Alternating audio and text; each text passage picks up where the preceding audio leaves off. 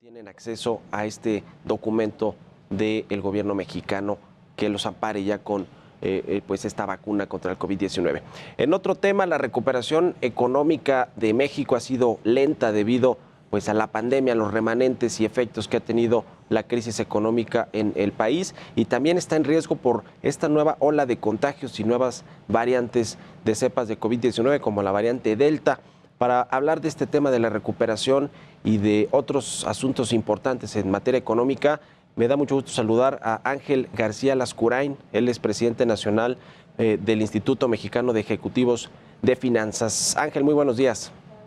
¿Qué tal, Mario? Buenos días, gusto saludarte nuevamente. ¿Cómo está la recuperación económica en México?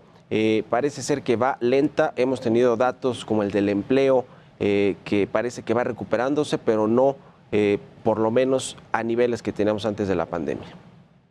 Sí, hemos visto que la recuperación a través de diferentes indicadores en los últimos meses mantiene un ritmo positivo. Sin embargo, en los datos más recientes vemos que el ritmo de esta recuperación es más lento. Hay diferentes indicios a través de la inversión, del consumo y otros indicadores que vemos que está perdiendo ritmo. Y el riesgo más importante que vemos ahora, dado que la recuperación está fundamentada principalmente en dos factores, que es la demanda externa, las exportaciones y la reanudación de actividades. El principal riesgo que estamos viendo inmediato de corto plazo, pues se asocia a la dinámica que pudiera observarse en términos de la evolución de la pandemia, ¿no? Ante los desafíos que ha traído el surgimiento de nuevas cepas, como el caso de la variante Delta, y el impacto que esto podría tener sobre uno de estos factores que mencionaba, la reanudación de actividades para la recuperación de la economía. El dato del empleo que comentamos se dio a conocer esta semana para el mes de junio. Hay una recuperación del empleo, sin embargo, en la economía formal todavía falta casi 500,000 de empleos de recuperarse, y en la economía informal, que pues esos datos no los tenemos recientemente, pero los encuesta también el INEGI. ¿Cómo ves el asunto del empleo? Porque si bien se ha recuperado también parte de estos puestos de trabajo, cada vez es más precario, es decir, los que recuperan su empleo normalmente tienen ingresos menores que los que tenían antes de la crisis del COVID-19. Sí, la recuperación del empleo todavía es lenta. Como mencionas, los empleos formales a través del Instituto Mexicano de Seguro Social todavía falta alrededor de 500,000 de empleos por recuperar. Pero el impacto de la pandemia sobre la economía en general, sobre la población económicamente activa en general, que incorpora también la economía no formal, pues hay más de 1,000,000 de empleos que todavía no se han recuperado. Y el principal problema que nosotros vemos es que, dado que la recuperación está dependiendo de la demanda externa y la reanudación de actividades y no está fundamentada en la inversión de las empresas, pues va a demorar todavía para que podamos generar el número de fuentes de trabajo que teníamos antes y con ello elevar el poder adquisitivo medio de la población.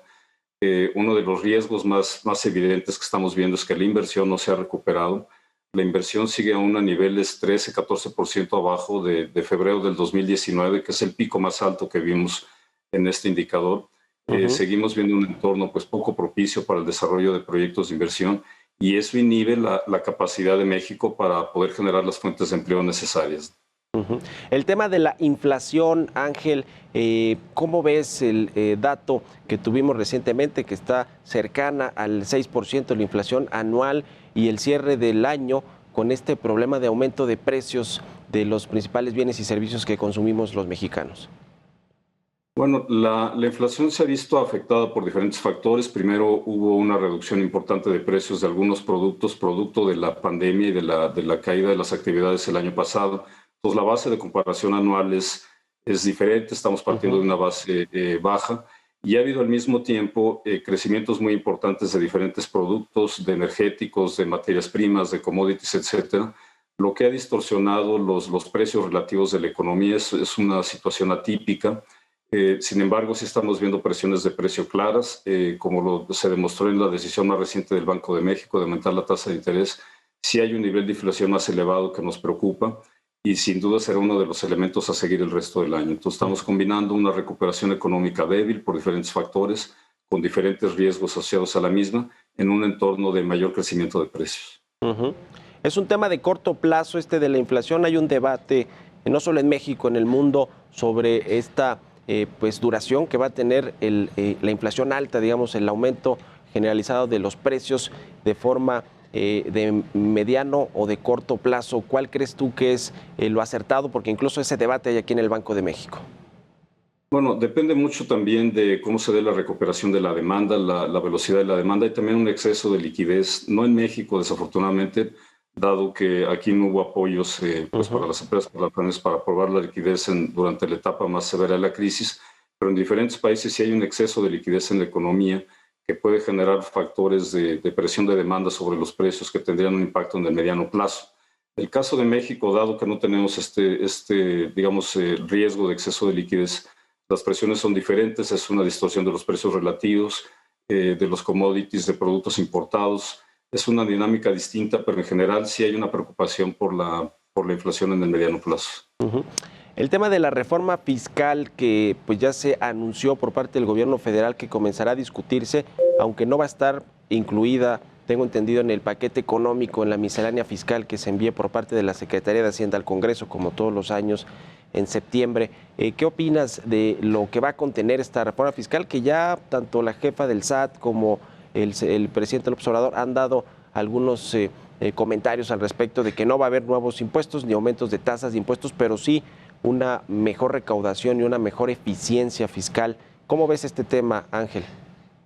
Vemos factores positivos, los que comentas ahora. El no aumentar impuestos es positivo, especialmente si queremos incrementar la inversión y el crecimiento económico. El que se simplifiquen los procedimientos también ayuda al cumplimiento de las obligaciones fiscales. Otro elemento positivo que vimos es que no se recarguen los contribuyentes cautivos de siempre, que se tenga un enfoque de ampliar la base de contribuyentes. Sin embargo, nos parece que es una propuesta fiscal limitada, es una propuesta totalmente enfocada solamente en la recaudación y no se está aprovechando la política fiscal como un instrumento para elevar el crecimiento económico. Nos parece que debería haber una reforma pues mucho más amplia, mucho más profunda, enfocada en apoyar el crecimiento económico, no solamente en la recaudación, sino en el crecimiento que a la vez generaría también una recaudación mayor en el mediano plazo. Pues ya lo estaremos viendo. Muchas gracias, Ángel García Lascuray, presidente nacional del IMEF, por haber tomado la entrevista y muy buenos días. Con todo gusto, Mario. Buenos días.